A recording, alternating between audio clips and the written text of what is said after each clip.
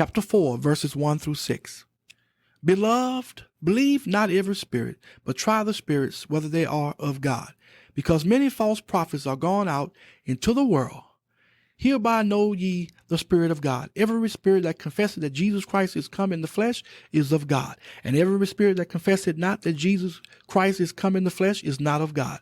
And this is the spirit of Antichrist, whereof ye heard that it should come, and even now already is it in the world.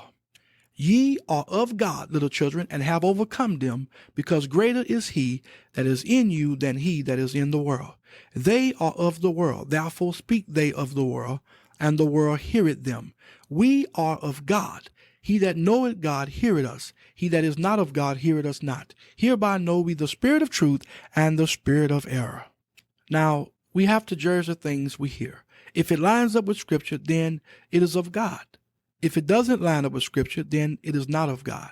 It is the spirit of error, the spirit of the Antichrist. The reason we overcome falsehood is because we are of God, and only his voice do we follow.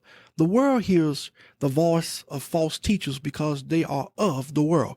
Because we are of God, we can discern both the spirit of truth and the spirit of error. All right, let's look at verses 7 through 21. Beloved, let us love one another, for love is of God.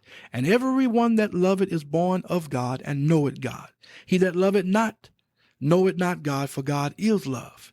In this was manifested the love of God toward us, because that God sent his only begotten Son into the world, that we might live through him. Herein is love, not that we love God, but that he loved us, and sent his Son to be the propitiation for our sins. Beloved, if God so loved us, we ought also to love one another. No man hath seen God at any time.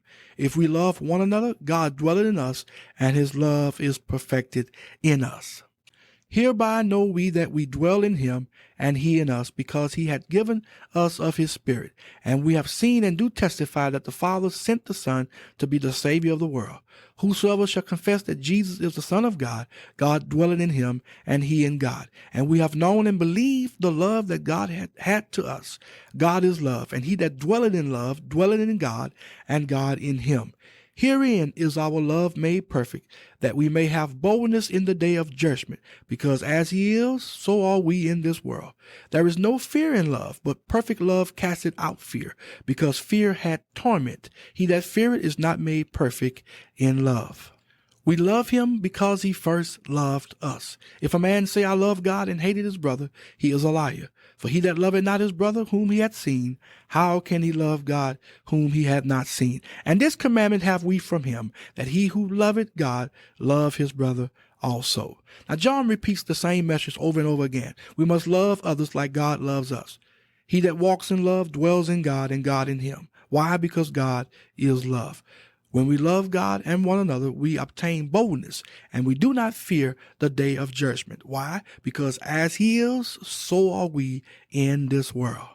Someone once said, the best demonstration of God comes not from argument, but from a life of love. God's love was demonstrated in Jesus Christ. God the Father made a sacrifice beyond which no sacrifice can possibly go in his love for us. It is a total undeserved love. And when we walk in this kind of love, fear ceases, because there is no fear in love. What is there to fear if you are walking as God walks? Then John says we love him because he first loved us. He loved us when we were unworthy of being loved. Because of this, he is worthy of all our love, devotion, and service. And then he gives the measuring stick, the proof, the evidence that shows just how much we love God. The measuring stick is just how much do we love others. If a man doesn't love God's people, he does not love God. It is as simple as that.